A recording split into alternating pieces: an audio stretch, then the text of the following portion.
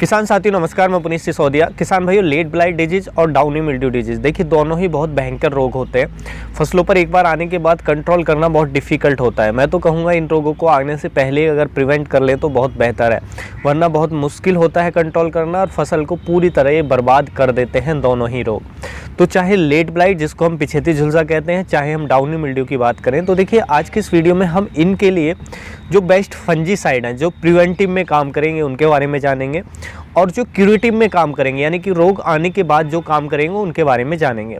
तो फंजीसाइड के बारे में जानना बहुत ही ज़रूरी है आपके लिए, क्योंकि देखिए क्या है कि रोग आ जाता है, किसान गलत फंजीसाइड का, फफूंदीनाशक का स्प्रे करते रहते हैं और रोग कंट्रोल नहीं हो पाता है और रोग स्प्रेड होता रहता है। तो आपको ये समझना ज़रूरी है किस कंडीशन में कौन सा फंजीसाइड ज़्यादा इफेक्टिव रहेगा। तो ये बहुत ही इंपॉर्टेंट है, वरना आपका पैसा भी बर्बाद होगा, आपकी फसल भी ख़त्म हो जाएगी और आपकी मेहनत भी ख़राब होगी। तो बहुत ही ज़रूरी है किसानों के लिए, वीडियो इन्फॉर्मेटिव होगा, वीडियो को अंत तक ज़रूर देखें।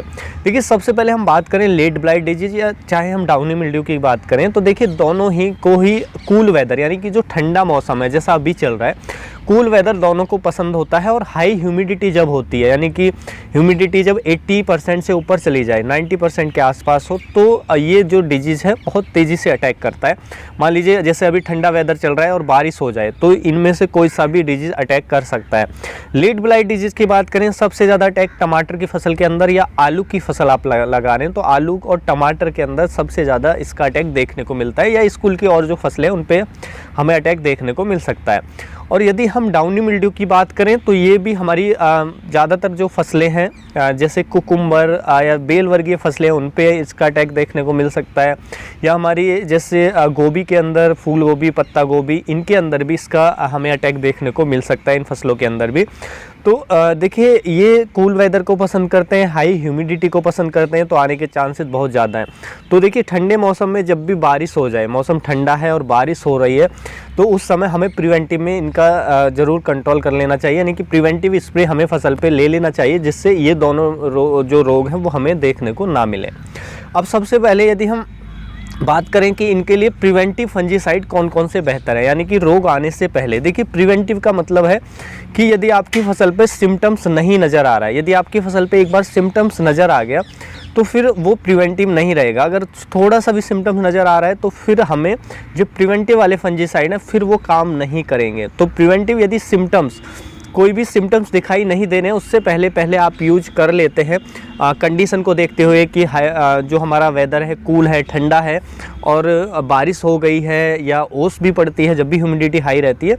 तो बारिश के मौसम में तो स्पेशली हमें, जैसे बारिश पड़ती है तो हमें प्रिवेंटिव कर देना चाहिए तुरंत बाद।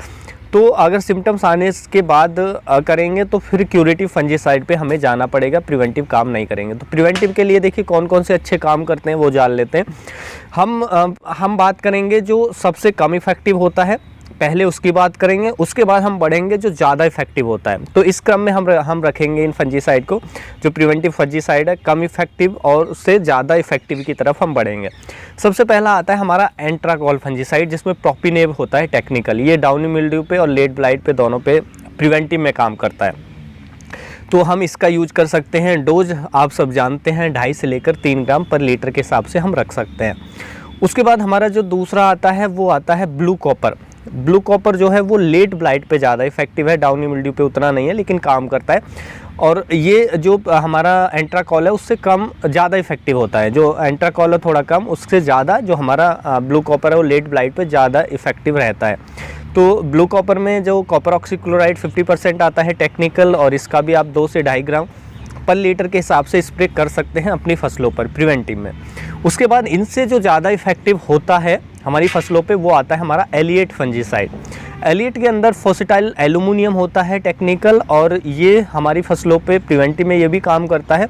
इसकी जो डोज रखेंगे आप 2 ग्राम पर लीटर के हिसाब से स्प्रे में यूज करेंगे। तो ये उस जो हमारा मैंने बताया ब्लू कॉपर से ज़्यादा इफेक्टिव ये होता है। इनसे भी जो ज़्यादा इफेक्टिव होता है वो होता है हमारा Ridomil gold fungicide. Ridomil gold के अंदर 2 टेक्निकल होते हैं इसलिए ज़्यादा इफेक्टिव होता है। एक क्योंकि वो कॉन्टैक्ट और सिस्टेमिक दोनों एक्शन से काम करता है। उसके अंदर हमारा मेटालेक्सिल प्लस मैनकोजेब 2 टेक्निकल होते हैं। तो हम इसके पाउच आते हैं, पाउच को एक 20 लीटर की टंकी में हम डाल करके स्प्रे कर सकते हैं रिडोमिल गोल्ड का। तो ये भी काफ़ी अच्छा इफेक्टिव है। और जो सबसे ज़्यादा इफेक्टिव होता है प्रिवेंटिव में और कुछ हद तक क्यूरेटिव में भी काम करेगा। थोड़ा बहुत सिम्टम्स है तो ये क्यूरेटिव में भी काम करते हैं, क्योंकि रिडोमिल और जो हमारा दूसरा मैं जो आपको बताऊंगा वो है हमारा कर्जेट फंजीसाइड। कर्जेट के अंदर साइमोक्सानिल और मैनकोजेब 2 टेक्निकल होते हैं, ये भी सिस्टेमिक और कॉन्टैक्ट दोनों एक्शन से काम करता है। तो ये सबसे ज़्यादा इफेक्टिव है, जो भी मैंने फंजीसाइड बताए उनमें कर्जेट सबसे ज़्यादा इफेक्टिव है। तो हम इसका यूज कर सकते हैं फसलों पर, और इससे भी जो हमारा प्रिवेंटिव में भी और थोड़ा बहुत सिम्टम्स भी अगर आपको नज़र आ रहा है तो रिडोमिल गोल्ड और कर्जेट ज़्यादा बेस्ट है। तो थोड़ा बहुत सिम्टम्स है तो उसको कर्जेट कंट्रोल कर लेगा, लेकिन अगर जो अटैक है वो ज़्यादा बढ़ चुका है तो फिर इनसे आपका कंट्रोल नहीं होगा। फिर आपको लेट ब्लाइट हो या चाहे डाउनी मिल्ड्यू हो, फिर आपको और बेहतर जो फंजीसाइड है उन पे हमें जाना पड़ेगा। तो क्यूरेटिव के लिए हम कौन कौन से फंजीसाइड का यूज कर सकते हैं वो हम जान लेते हैं। तो देखिए, क्यूरेटिव में जो काम करते हैं उनमें सबसे पहले हमारा आता है यूपीएल का रेनमैन फंजीसाइड। रेनमैन क्यूरेटिव के लिए काफ़ी अच्छा काम करता है कि सिम्टम्स आपको नज़र आ गया तो उस कंडीशन में आप इसका यूज कर सकते हैं। डोज रखनी होती है 80 ml पर एकड़ के हिसाब से। और देखिए, जब सिम्टम्स नज़र आ गया तो कम से कम 2 या 3 स्प्रे आपको ज़रूर लेने चाहिए, एक स्प्रे से काम नहीं होगा। तो 7 दिन के अंतर से 2 और या 3 स्प्रे भी कर देंगे तो बहुत अच्छे से कंट्रोल हो जाएगा। तो उसमें आप क्या कर सकते हैं, देखिए 2 स्प्रे तो एक फंजीसाइड के कर दें और तीसरा स्प्रे किसी और फंजीसाइड का कर दें। तो इस तरीके से आप चेंज कर सकते हैं। आपने पहला किसी फंजीसाइड का किया, दूसरे में चेंज कर दिया, दूसरे स्प्रे में कोई फंजीसाइड, और तीसरा जब स्प्रे लेने जाएंगे तो जो पहला फंजीसाइड किया है आप उसी का स्प्रे कर सकते हैं। तो इससे आप चेंज भी करेंगे तो भी ज़्यादा इफेक्टिव रिजल्ट हमें देखने को मिलते हैं। तो रेनमैन है जो हमारा क्यूरेटिव में अच्छा काम करता है। उसके बाद हमारा एक बायर का आता है सेक्टिन फंजीसाइड, बहुत अच्छा काम करता है डाउनी मिल्ड्यू और जो लेट ब्लाइट है इसको कंट्रोल करने के लिए, यानी कि आने के बाद जब ये आ जाता है। देखिए, ये जो फंजीसाइड बता रहा हूँ इनके अंदर 2 टेक्निकल होते हैं, एक जो सिस्टेमिक एक्शन से काम करता है, एक कॉन्टैक्ट एक्शन से काम करता है। तो ये बहुत ही इफेक्टिवली काम करते हैं। तो सेक्टिन फंजीसाइड का आप यूज कर सकते हैं। इसकी डोज रखनी होती है 2 ग्राम पर लीटर पानी में मिला करके हम स्प्रे कर सकते हैं। तो जो हमारा डाउनी मिल्ड्यू और लेट ब्लाइट है बहुत अच्छे से कंट्रोल हो जाएगा। कम से कम 2 स्प्रे तो आप ज़रूर लें रोग आने के बाद। उसके बाद देखिए, जो हमारा तीसरा फंजीसाइड है जो क्यूरेटिव के लिए बहुत अच्छा है वो भी मेलोडेड्यू। तो आप उसका भी यूज कर सकते हैं। टेक्निकल आप स्क्रीन पर देख सकते हैं, भी कॉन्टैक्ट और सिस्टेमिक एक्शन से काम करता है। तो ये भी क्यूरेटिव में अच्छा काम करता है।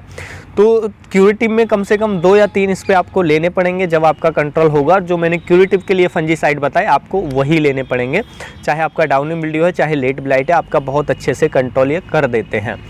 अब देखिए, सबसे बेहतर तो यह है कि आप रोग को ना आने दें, यानी कि प्रिवेंट कर लें, वो सबसे अच्छा है। क्योंकि क्योर करना, ठीक करना बहुत मुश्किल होता है और ज़्यादा हमारा एक्सपेंस भी आता है। उससे बेहतर है, और फसल भी काफ़ी हद तक डैमेज हो चुकी होती है।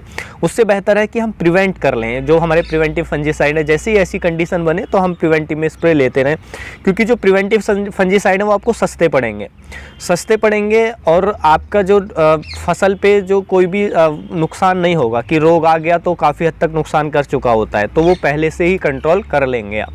और देखिए, जब लेट ब्लाइट और डाउनी मिल्ड्यू के लिए हमें क्या ध्यान रखना चाहिए, एक तो आप कोशिश करें कि आपकी जो फसल है उसकी स्टेकिंग हो, यानी कि टमाटर की फसल आप लगा रहे हैं। देखिए, आलू में आप स्टेकिंग नहीं कर सकते, लेकिन टमाटर की फसल है तो स्टेकिंग कर सकते हैं। स्टेकिंग करेंगे तो वो सॉइल के कांटेक्ट में कम आएगी, जिससे रोग आने के, लेट ब्लाइट आने के चांस कम रहते हैं। इसी तरह और फसलें हैं उनकी आप जिसकी स्टेकिंग कर सकते हैं कोशिश करें हमें स्टेकिंग करनी चाहिए, जिससे वो सॉइल के कांटेक्ट में ना आए। दूसरा, हमें स्पेसिंग का प्रॉपर ध्यान रखना चाहिए। देखिए, स्पेसिंग प्रॉपर होगी तो क्या होगा, बारिश भी होगी तो बाद में एरेशन अच्छा होता है क्रॉप के अंदर बीच में। अगर स्पेसिंग नहीं होगी, एक प्लांट से दूसरे प्लांट के बीच की दूरी कम रखेंगे तो क्या होगा, एरेशन नहीं हो पाएगा, यानी कि हवा नहीं पहुँच पाएगी, एरेशन अच्छा नहीं होगा क्रॉप के अंदर, तो भी डिजीज़ की समस्या, फंगल इन्फेक्शन की जो समस्या वो बढ़ती है। तो ये भी कुछ चीज़ें हमें ध्यान में रखनी चाहिए जिससे रोग को हम प्रिवेंट कर सकते हैं। तो उम्मीद है जो जानकारी है आपको अच्छी लगी होगी। जानकारी अच्छी लगी तो वीडियो को लाइक, शेयर एंड सब्सक्राइब करना बिल्कुल ना भूलें। मिलेंगे हम आपको एक और नई वीडियो में नई जानकारी के साथ, तब तक के लिए आप अपना ख्याल रखें। धन्यवाद।